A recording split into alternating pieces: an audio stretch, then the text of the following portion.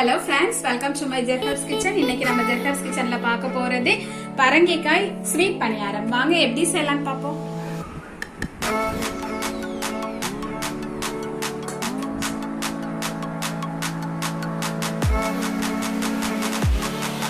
நம்ம இந்த சர்க்கரை பூசணியில இப்ப வந்து இனிப்பு பணியாரம் செய்ய போறோம். இதை வந்து நல்ல தோலெல்லாம் எடுத்துட்டு உள்ள விதையும் எடுத்துட்டு இந்த மாதிரி பெருசு பெருசா கட் பண்ணி நல்ல இட்லி கொப்பரையில வச்சு ஒரு 10 நிமிஷம் வேக வச்சு எடுத்துட்டேன். இது சூடா இருக்கும் போதே நல்லா நம்ம இப்படி இதை வச்சு மசிச்சுக்கலாம்.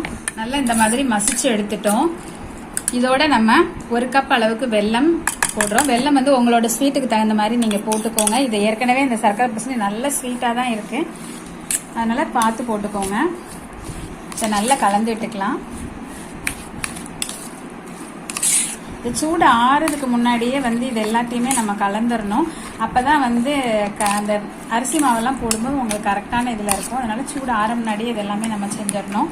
இப்போ நம்ம தேவையான அளவுக்கு மாவு, அரிசி மாவு போடுறோம்.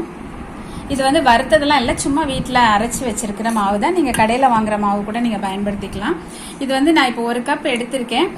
நம்ம தேவைக்கு தகுந்த மாதிரி இது வந்து நமக்கு அந்த பணியார மாவு கன்சிஸ்டன்சி வர்ற அளவுக்கு நம்ம கலந்துக்கலாம், ஒன்றும் பிரச்சனை இல்லை. நம்ம எவ்வளோ மாவு கலந்தாலுமே உங்களுக்கு வந்து அந்த மொறுமொறுப்பு தன்மையும் இருக்கும். அதே நேரம் இந்த பூசணிக்காய் போடுறதுனால சாஃப்டாக தான் இருக்கும். இதுக்கு வந்து நம்ம சோடாப்பு அந்த மாதிரிலாம் எதுவுமே நம்ம போட போகிறது கிடையாது, ஆனாலுமே சாஃப்டாக நல்லா இருக்கும். இதோட நம்ம இப்போ கொஞ்சமாக, இது வந்து ஸ்வீட் அப்படிங்கிறதுனால ஏலக்காய் தூள், அப்புறம் கொஞ்சமாக சுக்குத்தூள், அப்புறம் ஒரு நல்ல ஒரு ஃப்ளேவரை எடுத்து கொடுக்கறதுக்காக கொஞ்சமா தேங்காய் துருவல் போடுறோம். இந்த தேங்காய் துருவல் வந்து வாயில வரும்போது இந்த பணியாரத்துக்கு இன்னும் ஒரு அதிகமான சுவையை கொடுக்கும். இது நல்லா நான் கலந்துட்டு உங்கள்கிட்ட காமிக்கிறேன்.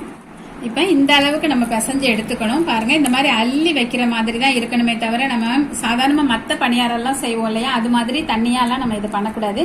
இப்படி அள்ளி தான் வைக்கணும். இப்ப நம்ம பாத்திரத்தை ஹீட் பண்ணிடலாம்.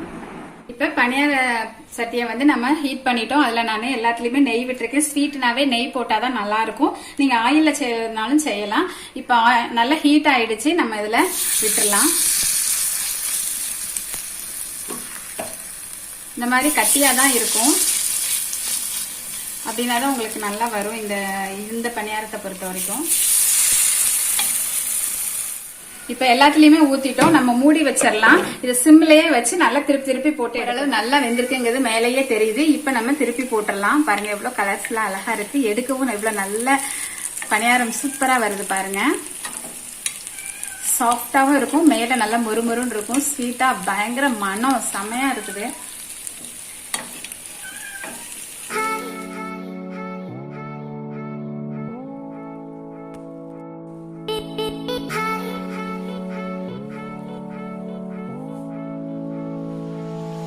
இப்ப நமக்கு சூப்பரா பரங்கிக்காய் ஸ்வீட் பணியாரம் ரெடி ஆயிடுச்சு. இது ரொம்ப ஹெல்த்தியானது, அது மட்டும் இல்ல நல்ல ஒரு மனம் இருக்கும், சூப்பர் டேஸ்டா இருக்கும். கண்டிப்பா பரங்கிக்காய் சாப்பிடாதவங்க கூட பணியாரம்னா எல்லாரும் விரும்பி சாப்பிடுவாங்க. அதனால இதை நீங்க செஞ்சு பார்த்துட்டு ஃப்ரெண்ட்ஸ் அண்ட் ரிலேட்டிவ்ஸ்க்கு ஷேர் பண்ணுங்க. மறக்காம சேனலை சப்ஸ்கிரைப் பண்ணுங்க. Okay, bye friends.